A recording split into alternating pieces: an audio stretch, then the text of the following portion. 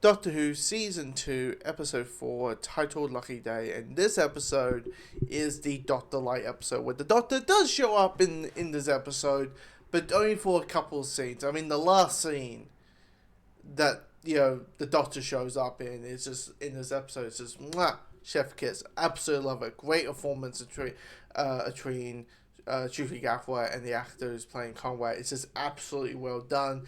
It's wonderfully written. It's just really put together. Really great, a really great episode. And what the episodes they would do is kind of talk about real stuff, but able to size it in the context of the show, which is dealing with UNIT and the concept of there's a bunch of people. Look, we know in the context of Doctor Who, aliens exist. That aliens have invaded Earth several times in the span of 20 years. Alien invasions and this and that and UNIT and Torchwood and all that. People know that aliens exist. But, there's always those group of people who believes there isn't. That it's too much to handle for them. That they everything has to be, they have to rationalize it. And even if it's the truth smacking them right in the face, they'll rationalize something in their brain to say that's not real. UNIT is not a alien task force. They're using government money for their own personal gain. Aliens don't exist. It's just people in costumes, and there's people like that. There's people like that in this world where for them the truth is too much, and they'll happy to believe a lie than know the truth. But let's talk about the first 15 minutes very quick, where we're all focusing on Ruby Sunday. This is the episode that makes us have the return of Ruby Sunday and see what she's been up to since the events of Empire Death, the finale of last season, and how she's coping. And she's kind of suffering from PTSD and suffering from the idea of, hey, you just experienced worlds and galaxies and you fought monsters and aliens, and now you're back to regular life. How does that deal with your head? And it's making her anxious. She's always looking over her shoulder. She's always, and I love how it just gives you the sense of you're always on alert. You start thinking like the companion, or at least for Ruby's case, she started to think like the Doctor and thinking anything that might be oddly strange might actually means something big is happening. Better call UNIT. And I love the scene between Ruby and Kate over the phone where Kate's like, Ruby, just take a deep breath. Enjoy your night. Just enjoy your night. But she can't enjoy her night, because turns out her boyfriend Conrad, who seems as wonderfully beautiful, lovely lady, you want these two characters to be together, and they trick you of making him into a lying, cheating scumbag whose whole mission is, in his mind, to prove UNIT wrong. And it once again explores those themes of when the truth is too much, you would prefer to believe the lies and then accept the truth. And it all goes back for Conrad. It all goes back from the first scene where it's 2007 New Year's Eve. He actually bumps into the Doctor and the Belinda, and he's like rushes through the crowd and taps his mom on the shoulder. And it's like, there's a strange man. There's a blue box and all that. And the mom goes and says, "Stop telling fibs. And stop telling fibs, and you'll ruin my night." And basically that gives him two narrative focus. That he's basically saying that because my mum didn't believe me that the TARDIS and the Doctor was real, that means none of this is real. That means all of this is fake. And even though he gets attacked by not a Smurf, it was a sweet that looks like those Xenogogs from Ghostbusters.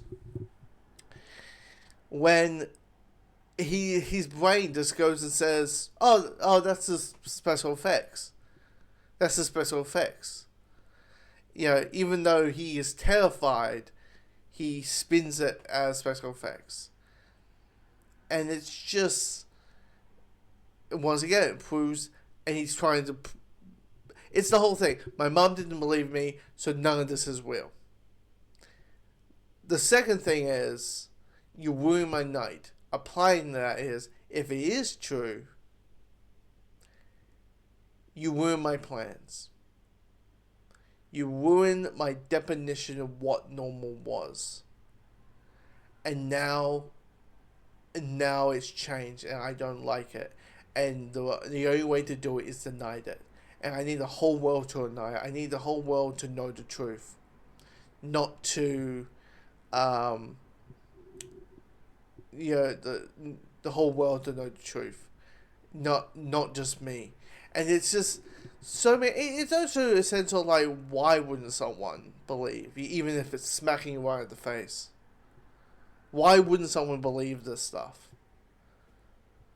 But and it's a wonderful, like, great villain dialogue. This episode is amazingly written. Like, it's really well put together. Definitely in that second half of the episode where it's like, okay, now we know who our threats are, who our villains are, was the biggest exposure here. And yeah, I mean, you can spin this episode as like a backdoor pilot for the War of the Land of the Sea, the spin-off that I think it's coming out later this year, the Doctor Who spin-off. But yeah, sure. But it doesn't matter. Is it good? Are you entertained? And I'm entertained by this. It's just, it adds the level of tension and understanding that, you know, this is the episode where the Doctor isn't going to show up and swoop down and save the day.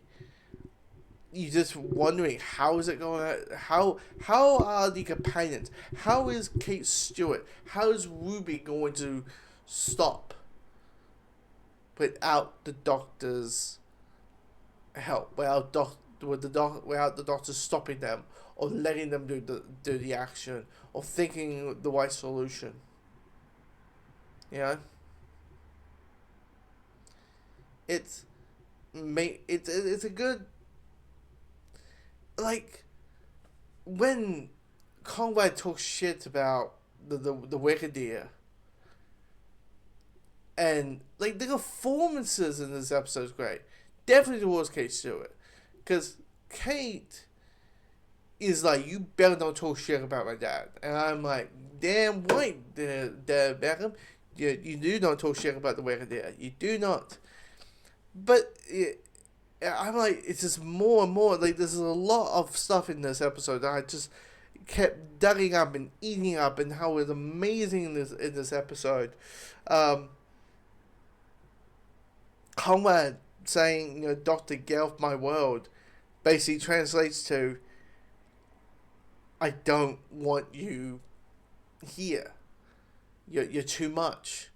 I want things to be normal again. I want things where I didn't want, you know, this is too much. I need to go back.